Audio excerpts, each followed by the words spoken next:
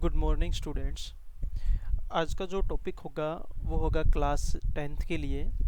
और जो पार्ट हमने फर्स्ट किया था, एप्लीकेशन ऑफ ए ट्रिग्नोमेट्री, जो हमारा चैप्टर है, तो पार्ट फर्स्ट के अंदर हमने एप्लीकेशन ऑफ ए ट्रिग्नोमेट्री का मतलब क्या होता है उसको हमने बड़े अच्छे से समझा था।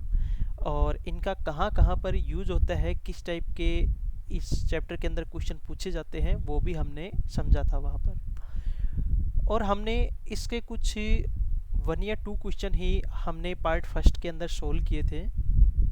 वैसे मैंने आपको क्वेश्चन नंबर 1 से लेके क्वेश्चन नंबर 7 तक सोल्व करने के लिए दिया था। फिर भी आज मैं क्वेश्चन नंबर 3 से आगे जितने भी क्वेश्चन हैं, क्वेश्चन नंबर 4, क्वेश्चन नंबर 5, 6, 7, 8, 9 और 10, क्वेश्चन नंबर 10 तक ही सोल्व करवाऊँगा।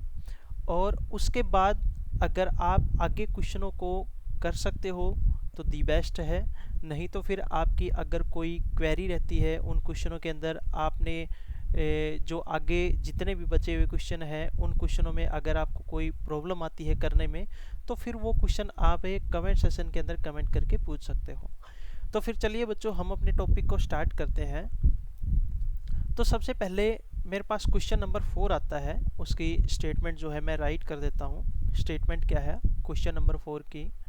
तो क्वेश्चन नंबर 4 है हमारे पास, the angle of elevation, the angle of the angle of elevation the angle of elevation of the top of a tower, of the of the top of a tower, top of a tower, of the top of a tower, from a point, from a point, from a point on the ground, on the ground, from a point on the ground which is 30 meter away, which is 30 meter away, 30 meter away from the foot of the tower, from the foot of the tower, foot of the tower, foot of the tower is 30 degree, is 30 degree. Find the height of the tower, find the height of the tower, find the height of the tower. तो इसमें हमने tower की height find out करनी थी कि tower की height क्या होगी। एक बार स्टेटमेंट को मैं दोबारा से समझता हूँ। इन क्वेश्चनों के अंदर से जितने भी हम सॉल्यूशन करेंगे वो सारे के सारे सॉल्यूशन इस स्टेटमेंट के बेस्ड के ऊपर ही चलेंगे। तो क्वेश्चन क्या है? The angle of elevation of the top of a tower from A point on the ground. तो बच्चों यहाँ पर मैंने क्या किया, मैंने ए बी एक टावर लिया, ये पॉइंट मैंने ए लिया और ये पॉइंट मैंने बी लिया। इस ए बी टावर की जो हाइट है वो हाइट मैंने मान ली h मीटर, क्योंकि हमने टावर की हाइट जो है वो फाइंड करनी थी।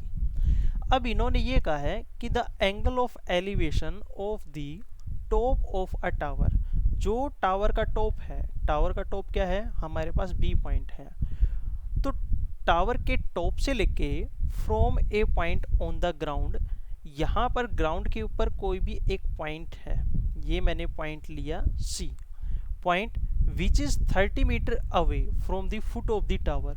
जो ये पॉइंट है, ये पॉइंट 30 मीटर की डिस्टेंस पे है, किससे? जो टावर का फुट है उससे। तो इसका मतलब सी ए मेरे पास कितनी हुई? सी ए मेरे पास हुई 30 मीटर। और एंगल ऑफ एलिवेशन कितने डिग्री का बनता है? एंगल ऑफ एलिवेशन बनता है 30 डिग्री का, क्योंकि इन्होंने ये कहा है the angle of elevation of the top of a tower from a point on the ground which is 30 metre away from the foot of the tower of 30 degree. इसका मतलब ये हुआ कि ग्राउंड के ऊपर कोई भी एक पॉइंट है, उस पॉइंट का टावर के टॉप के साथ 30 डिग्री का एंगल बनता है, और वो point foot of the tower से 30 मीटर की डिस्टेंस पे क्या है, 30 मीटर की डिस्टेंस पे सिचुएटेड है, यानी कि 30 मीटर की डिस्टेंस पर दूर है। तो हमने यहाँ पर टावर की हाइट फाइंड आउट करनी थी। टावर की हाइट क्या होगी, तो हमने यहाँ पर A B C is a right angle triangle at angle A, और यहाँ पर मेरे पास क्वेश्चन में ए बी हमने कितनी सपोज की है, एच मीटर, एंड सी ए कितनी देर की हमारे पास है, 30 डिग्री, और एंगल सी ए है हमारे पास 30 मीटर, सी ए है 30 मीटर, और एंगल सी हमारे पास दे रखा है 30 डिग्री। अब हमने टावर की हाइट फाइंड आउट करनी थी, तो मैंने क्या लिया, now in triangle C A B triangle लिया। तो इसके अंदर मैंने क्या किया, मैंने एक रेशियो यूज किया टेन थीटा का। टेन थीटा किसके इक्वल होता है, परपेंडिकुलर डिवाइडेड बाई बेस।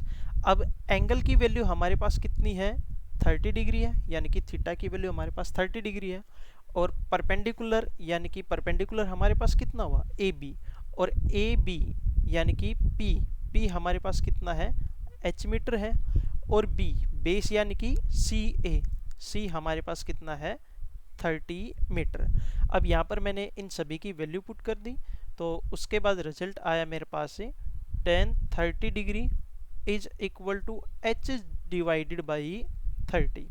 अब टेन 30 डिग्री की वैल्यू हमारे पास होती है 1 डिवाइडेड बाई √3। तो यहाँ पर मैंने टेन 30 डिग्री की वैल्यू पुट की, that implies that 1 divided by √3 is equal to 1 divided by √3 is equal to h divided by 30 को अगर मैं लेफ्ट हैंड साइड में लेके आऊँगा तो डिवाइड में है, मल्टीप्लाई में हो जाएगा, रिजल्ट क्या बचेगा, h is equal to 30 divided by √3। अगर हम इसको यहीं पर क्वेश्चन को छोड़ना चाहते हैं तो छोड़ सकते हैं, नहीं तो आगे भी एक स्टेप सोल्व कर सकते हैं। वो किस टाइप से, मैंने यहाँ पर √3 से किया मल्टीप्लाई, और √3 से ही मैंने क्या किया, डिवाइड किया। तो न्यूमरेटर के अंदर 30 इंटू √3 ये रिजल्ट बचेगा, और डिनोमिनेटर में √3 इंटू में √3 कितना आएगा, 3 10 जा मेरे पास कितना होता है 30। तो h की वैल्यू कितनी आ गई मेरे पास, 10√3। अब यहाँ पर √3 की भी वैल्यू पुट कर सकते हो, 1.739 ये हमारे पास वैल्यू होती है। नहीं तो फिर हम यहाँ पर h की वैल्यू डायरेक्ट कितनी पुट कर सकते हैं, 10√3। तो टावर की हाइट क्या होगी हमारे पास है 10√3। तो लास्ट में मैं लिखूंगा hence the height of the tower is the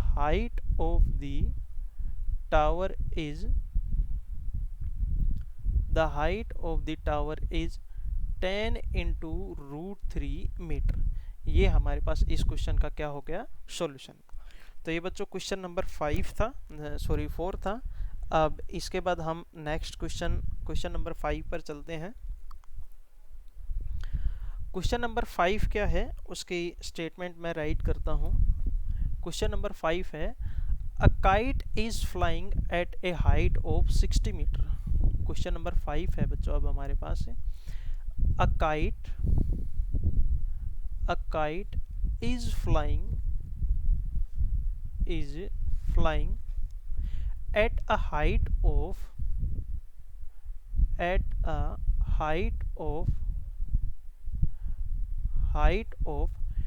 60 metre above the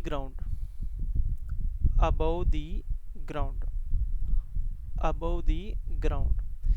यहां तक इस लाइन का मतलब क्या हुआ कि ग्राउंड लेवल पर कोई एक पॉइंट है ए, इस ए पॉइंट से हम यहाँ पर काइट यानी कि फ्लाई कर रहा है, काइट मैंने लिया यहाँ पर, और ये जो काइट है इस काइट की हाइट मेरे पास कितनी दे रखी है, ग्राउंड लेवल से इस काइट की हाइट दे रखी है मेरे पास 60 मीटर। हाइट कितनी दे रखी है, 60 मीटर। उसके बाद क्वेश्चन है, the string attached,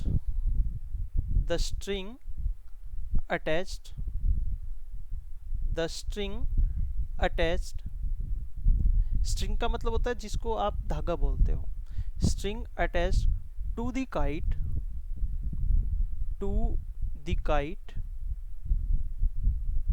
to the kite is temporarily, is temporarily,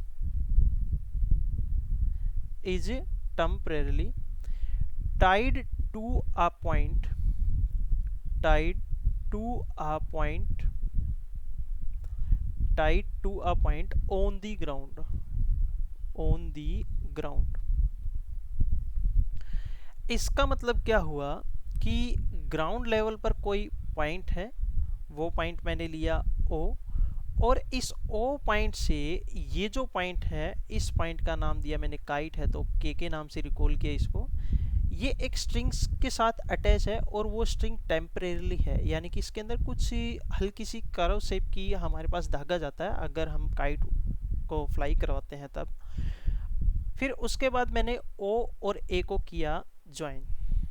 ओ और ए को ज्वाइन करने के बाद जो नेक्स्ट क्वेश्चन, आगे क्वेश्चन की जो स्टेटमेंट है वो क्या है, the inclination of the string, आगे स्टेटमेंट है the inclination, the inclination of the string, of the string, the inclination of the string with the ground is 60 degree, with the ground is 60 degree, with the ground is 60 degree. Find the length of the string, find the length of the string, length of the string, assuming that there is, assuming that there is no slack, there is no slack, no slack in the string, in the string. No slack in the string का मतलब है कि जो धागा है वो temporarily attach है, इतना भी टाइट नहीं बिल्कुल स्ट्रेट हो और इतना भी लूज नहीं है कि उसमें कर्व बनती हो, यानी कि स्ट्रेट है लेकिन ना तो ज़्यादा टाइट है ना ही ज़्यादा लूज है, यानी कि उसके अंदर स्लैक नहीं है, उसमें कोई जैसे नीचे कर्व की तरफ झुकती है हमारे पास धागा, इस टाइप से हमारे पास स्लैक नहीं है उसके अंदर। तो इसके बाद हमने इस क्वेश्चन के अंदर क्या फाइंड आउट करना था, find the length of the string, यानी कि जो हमारे पास धागा है जो ग्राउंड लेवल पर किसी पॉइंट से टाइट टेम्परेली अटैच्ड है, तो इसकी हमने हाइट फाइंड आउट करनी है, लेंथ फाइंड आउट करनी है, लेंथ हमारे पास है कितनी है, और एंगल ऑफ इंक्लिनेशन हमारे पास कितने डिग्री का बनता है, वो बनता है हमारे पास 60 डिग्री का। तो अब यहाँ पर मेरे पास ओ ए के, इन ट्रेंगल ओ ए के अंदर हमारे पास एंगल ए जो है वो है 90 डिग्री का। अब मैंने यहाँ पर रेशो यूज किया sine theta is equal to, sine theta is equal to, sine theta किसके इक्वल होता है, परपेंडिकुलर डिवाइडेड बाई हाइपोटेन्यूज। तो परपेंडिकुलर मेरे पास कितना है, ए के है, और ए के की वैल्यू कितनी है 60 मीटर है, और हाइपोटेन्यूज क्या है ओ के है। इस ओ के को हम सपोज भी कर सकते हैं एल के इक्वल, नहीं तो ओ के को ओ के एज इट इज भी हम छोड़ सकते हैं, और थीटा की वैल्यू हमारे पास कितनी है 60 डिग्री है। अब मैंने यहाँ पर वैल्यू पुट की सभी, sine 60 degree is equal to A K divided by ओ के, ए के की वैल्यू है 60 डिवाइडेड बाई ओ के एज इट इज है। इसके बाद साइन 60 डिग्री की वैल्यू हमारे पास होती है √3 डिवाइडेड बाई 2, साइन 60 डिग्री होता है हमारे पास है √3 divided by 2 is equal to 60 divided by okay. अब मैंने क्रॉस मल्टीप्लाई का मेथड जब हम लगाएंगे तो उसके बाद O K is equal to 60 into 2 divided by √3। अब उसी टाइप से मैंने इसको √3 से मल्टीप्लाई और √3 से डिवाइड, डिनोमिनेटर में √3 इंटू में √3 मेरे पास आएगा 3, तो रिजल्ट आया 60 इंटू 2√3 डिवाइडेड बाई 3, 3 2 जा 6, 20, 22 जा 40, तो कितना आया 40 इंटू रूट 3, मीटर है तो मीटर में, सेंटीमीटर है तो सेंटीमीटर में। तो मेरे पास ये जो स्ट्रिंग है जो टेम्परेली अटैच्ड है ग्राउंड लेवल से काइट तक, उसकी जो लेंथ आई वो लेंथ मेरे पास कितनी आई 40 इंटू रूट 3 मीटर। यही हमने इस क्वेश्चन के अंदर फाइंड आउट करना था। इसके बाद क्वेश्चन नंबर 6 जो है काफ़ी इम्पोर्टेंट क्वेश्चन है। क्वेश्चन नंबर 6 पर चलता हूं मैं। क्वेश्चन नंबर 6 क्या है बच्चों, उसकी स्टेटमेंट है question number 6, a 1.5 metre tall boy, a 1.5 meter tall boy is standing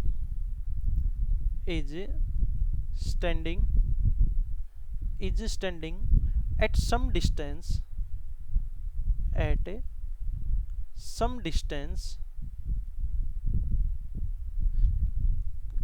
distance from a 30-meter tall building, from a 30-meter tall building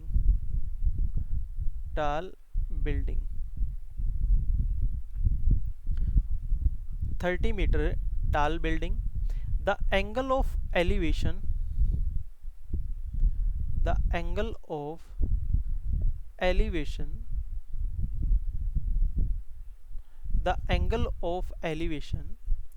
from his eyes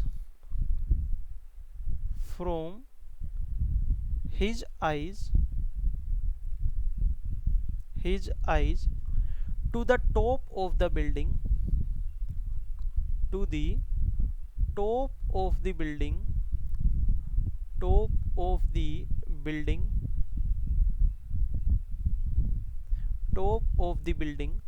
increase from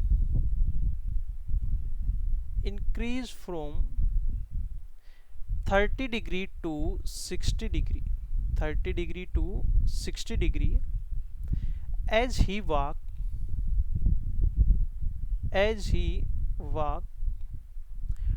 towards the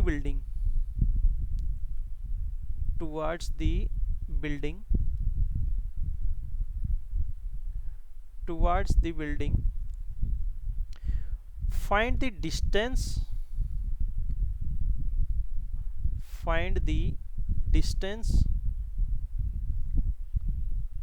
find the distance he walked towards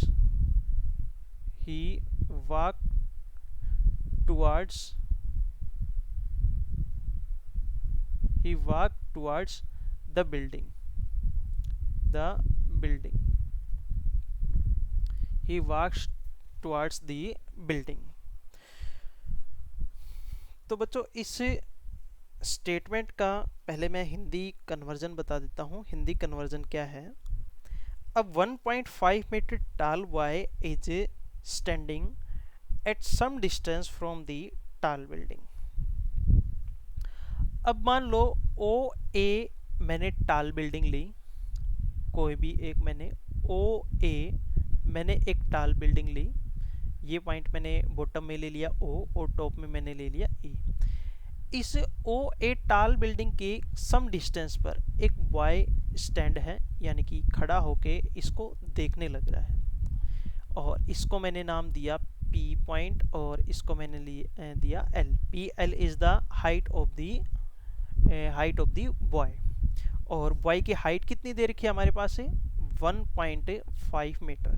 इन्होंने क्या कहा है, अब 1.5 metre tall boy is standing at some distance from a 30 metre tall building, और building की length मेरे पास कितनी दे रखी है 30 मीटर, यानी कि जो टाल बिल्डिंग है इस टाल बिल्डिंग की जो लेंथ है वो लेंथ मेरे पास कितनी दे रखी है, वो दे रखी है 30 मीटर।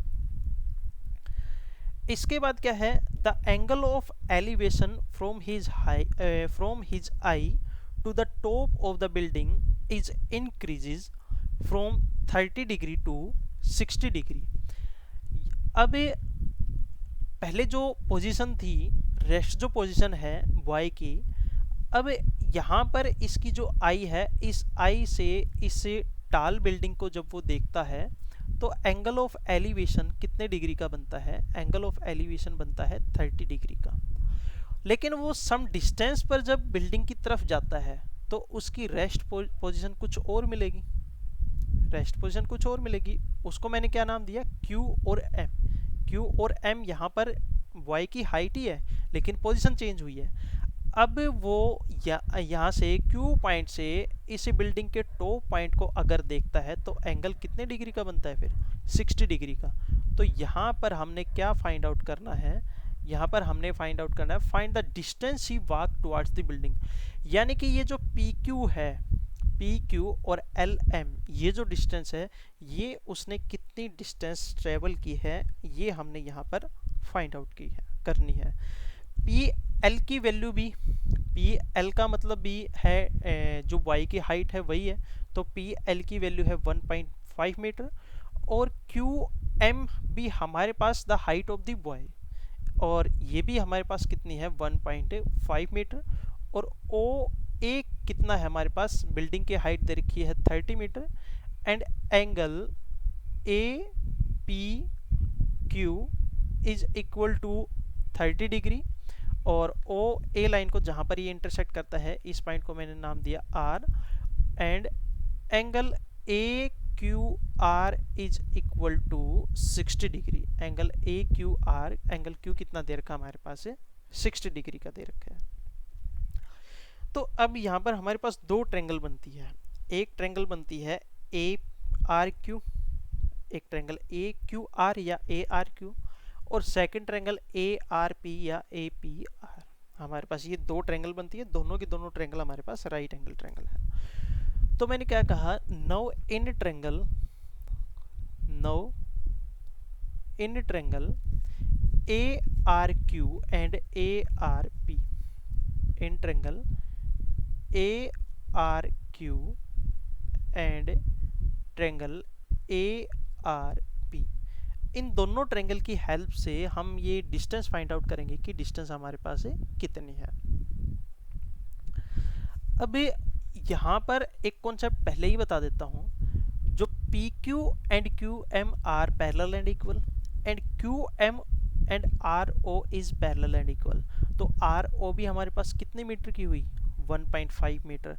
अगर मैं 30 मीटर में से 1.5 मीटर अगर मैं सबट्रैक्ट करता हूँ, 30 मीटर में से 1.5 मैंने क्या करना है? सबट्रैक्ट करना है।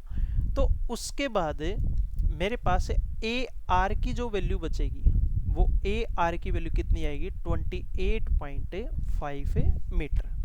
यानी कि AR जो है वो AR मेरे पास कितना बचेगा? 28.5 मीटर। अब मैंने ट्रेंगल ली, first ARQ triangle. ARQ triangle के अंदर मैंने यहाँ पर राइट किया QR divided by AR is equal to cot theta. First triangle की बात करता हूँ मैं, ARQ, और थीटा की वैल्यू हमारे पास कितनी है? 60 डिग्री। और QR की वैल्यू हमने फाइंड आउट करनी है, और AR की वैल्यू कितनी है? वो दे रखी है हमारे पास 28.5 मीटर। ये सभी वैल्यू मैंने यहाँ पर पुट की, और कोट 60 डिग्री की वैल्यू होती है 1 डिवाइडेड बाई √3। तो then 1 divided by √3 is equal to QR divided by 28.5। Then cross multiplication का जब हम मेथड अप्लाई करेंगे तो उसके बाद then the value of QR is equal to 28.5 divided by √3। यानी कि QR की जो वैल्यू है वो QR की वैल्यू हमारे पास कितनी आई? QR की वैल्यू आई 28.5 डिवाइडेड बाई √3 मीटर। ये हमारे पास आती है QR की वैल्यू। अब मैं लेता हूँ सेकंड ट्रेंगल यानी कि ARP के अंदर मैंने क्या किया कि यही मैं कोट का जो कॉन्सेप्ट है वही मैं लिख के चलता हूँ। Cot 30 degree is equal to, मेरे पास कोट थीटा किसके इक्वल होता है? टेन थीटा का रेसिप्रोकल। यहाँ पर हमने क्या किया था, क्यू आर यानी कि बेस और डिवाइडेड बाई हमारे पास क्या था, परपेंडिकुलर। तो उसी टाइप से बेस हमारे पास कितना है, पी आर, और परपेंडिकुलर कितना है, ए आर। और जो कोट 30 डिग्री की जो वैल्यू है, वो कोट 30 डिग्री की वैल्यू हमारे पास होती है √3। तो यहाँ पर मैंने कोट 30 डिग्री की वैल्यू पुट की, √3 is equal to P are.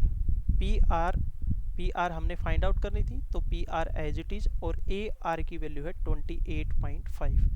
अब यहाँ से पी आर की वैल्यू कितनी होगी, then P R is equal to 28.5 into √3।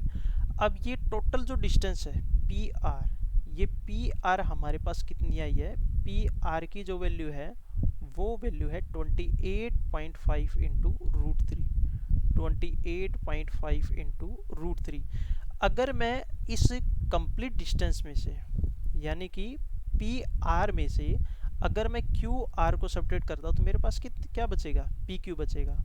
तो पी क्यू किसके इक्वल होगा, P Q is equal to P R minus Q R. P R की वैल्यू हमारे पास कितनी है, 28.5 इंटू √3, और माइनस क्यू आर की वैल्यू है 28.5 डिवाइडेड बाई √3। यहाँ से 28.5 हम कॉमन ले सकते हैं, 28.5 कॉमन लिया तो √3 माइनस 1 डिवाइडेड बाई √3। बस इसको हमने सोल्व करना है। सोल्व करने के बाद हमारे पास किसकी वैल्यू आएगी, पी क्यू की वैल्यू। वही हमारे पास क्या होगी, distance travel by the boys through the rest position to the original position. अब ये क्वेश्चन नंबर 6 था। इसके बाद क्वेश्चन नंबर 7 जो है बहुत ही आसान क्वेश्चन है। क्वेश्चन नंबर 7 को मैं स्किप करता हूँ। इसके बाद मैं चलता हूँ क्वेश्चन नंबर 8 पर। क्वेश्चन नंबर 8 है मेरे पास, a statue 1.6 metre tall. Question number 8 है, a statue 1.6 metre tall stands on the top of a pedestal. On the top of a pedestal from a point on the ground, full stop, from a point on the ground,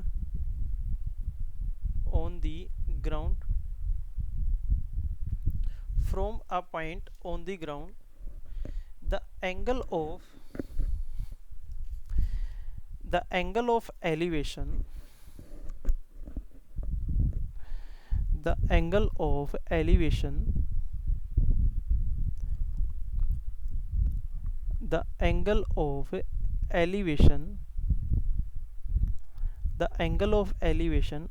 of the top of the statue,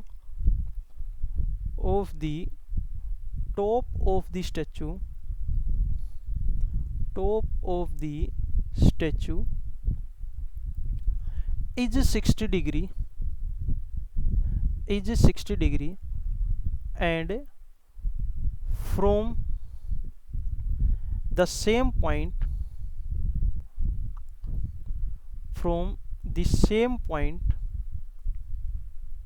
at the angle of elevation,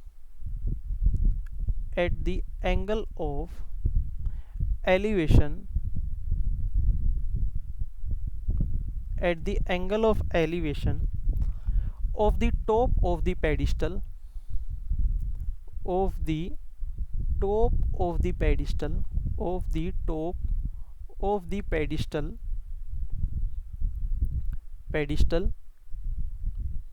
is 45 degree. Find the height of the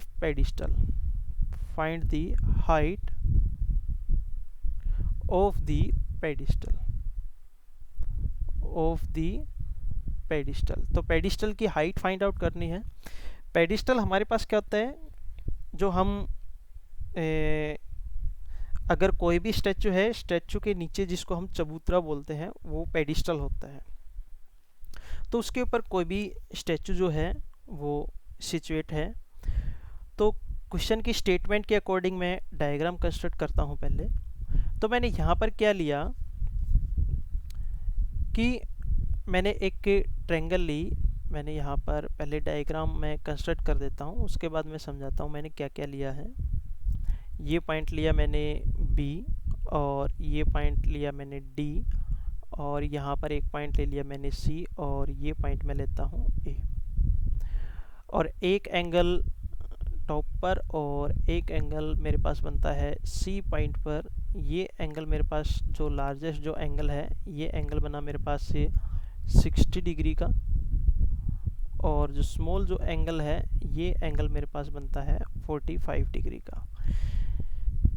और ये जो distance है D और C, ये मैंने ली 1.6 metre, और ये height थी, इसको मैंने मान लिया h मीटर।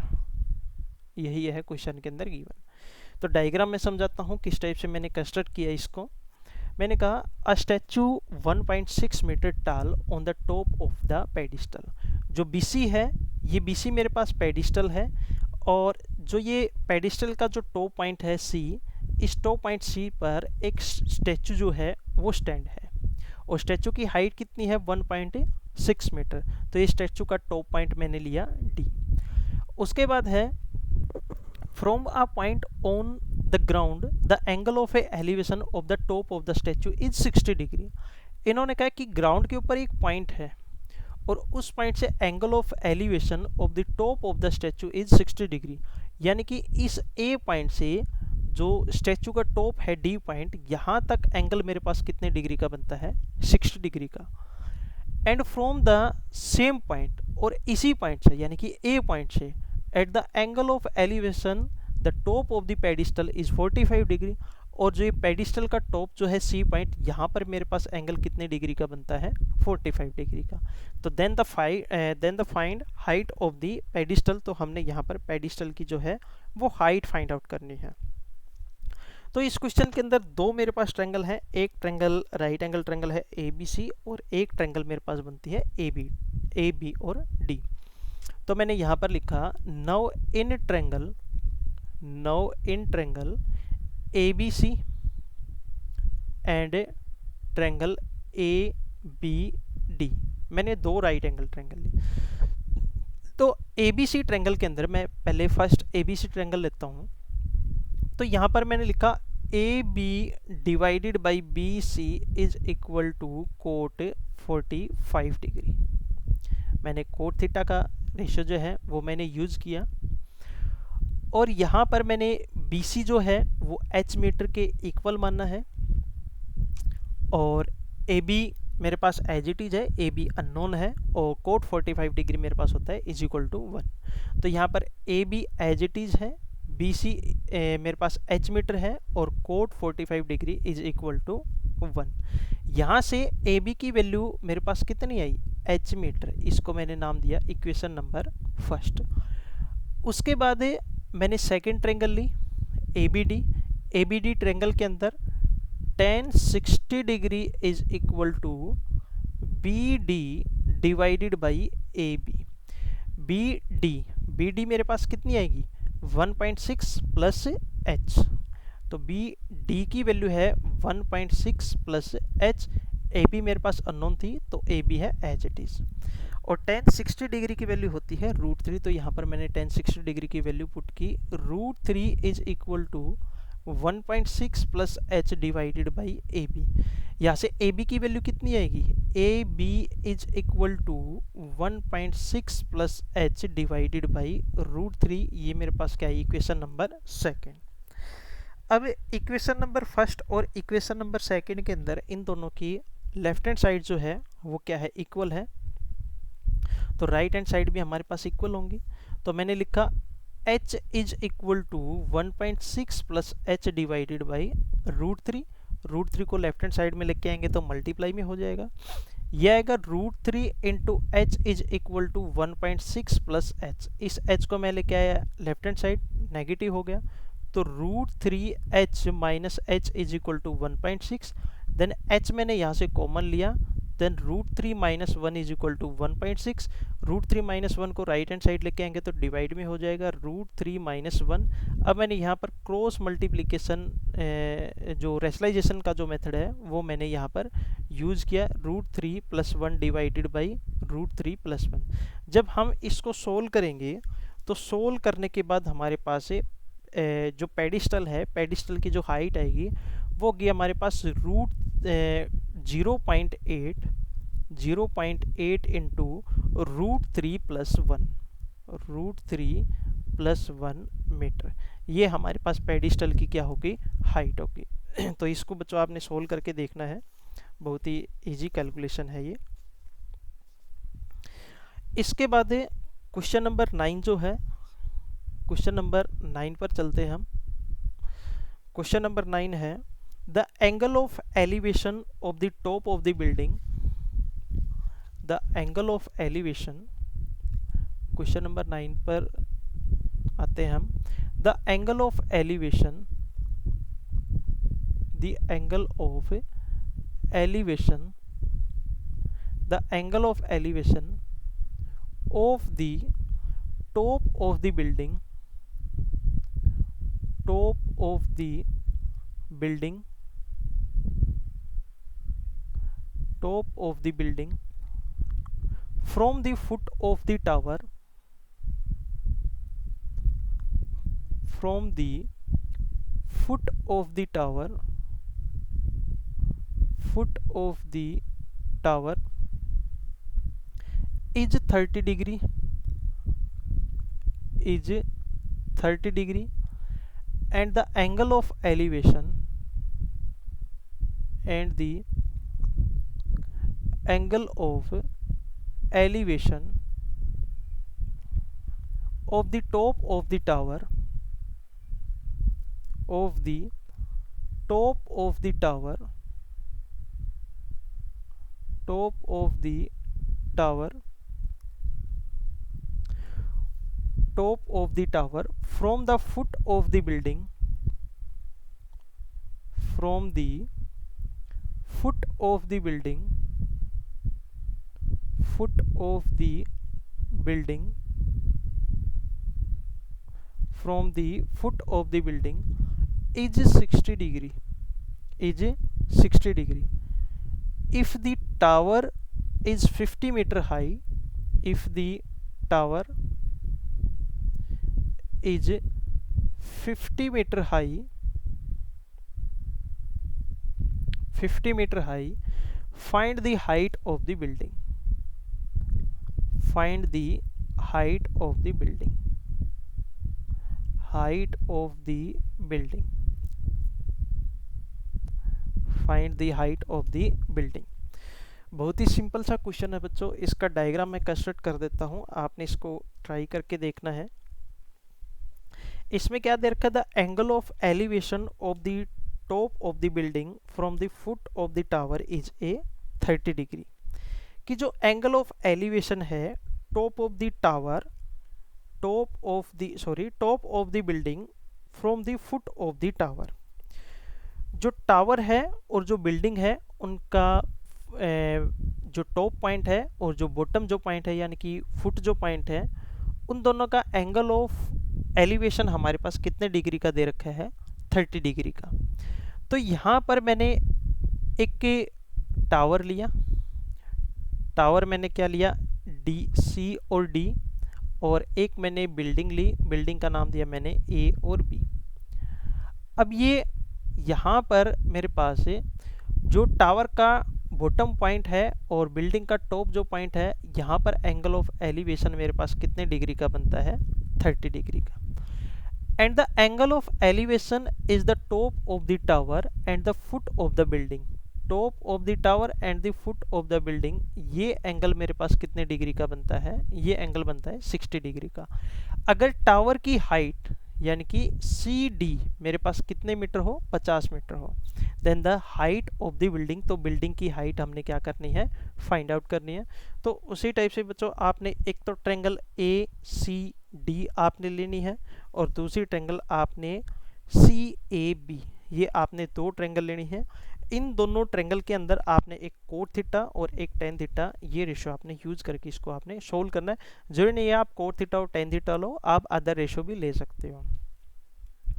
इसके बाद क्वेश्चन नंबर 10 आपने ट्राई करके देखना है, और क्वेश्चन नंबर 11, 12, 13, 14, 15, 16 और 16, इन क्वेश्चनों को आपने ट्राई करके देखना है। अगर इन क्वेश्चनों में आपको कोई प्रॉब्लम हो तो कमेंट सेशन के अंदर आप कमेंट करके पूछ सकते हो, आपकी प्रॉब्लम का सॉल्यूशन आप तक ज़रूर पहुंचाया जाएगा। अगर आप कमेंट सेशन में कमेंट करके नहीं पूछोगे तो इसका मतलब मैं ये समझूंगा आपको ये सभी क्वेश्चन, आपने इन सभी क्वेश्चनों को सोल्व कर लिया है। अगर आपको कोई प्रॉब्लम हो तो आप पूछ सकते हो। उसके बाद हम नेक्स्ट जो टॉपिक है, नेक्स्ट टॉपिक हम स्टार्ट करेंगे, वो टॉपिक हमारा होगा कोऑर्डिनेट ज्योमेट्री। कोऑर्डिनेट ज्योमेट्री का टॉपिक हम स्टार्ट करेंगे। अगर आप कोई टॉपिक स्टार्ट करना चाहते हो कि सर हम ये टॉपिक स्टार्ट करना चाहते हैं, तो कमेंट सेशन के अंदर आप कमेंट करके वो टॉपिक का नाम बता दीजिएगा, हम वही टॉपिक स्टार्ट कर लेंगे। तो बच्चों आज के लिए बस इतना ही। Thank you, have a nice day.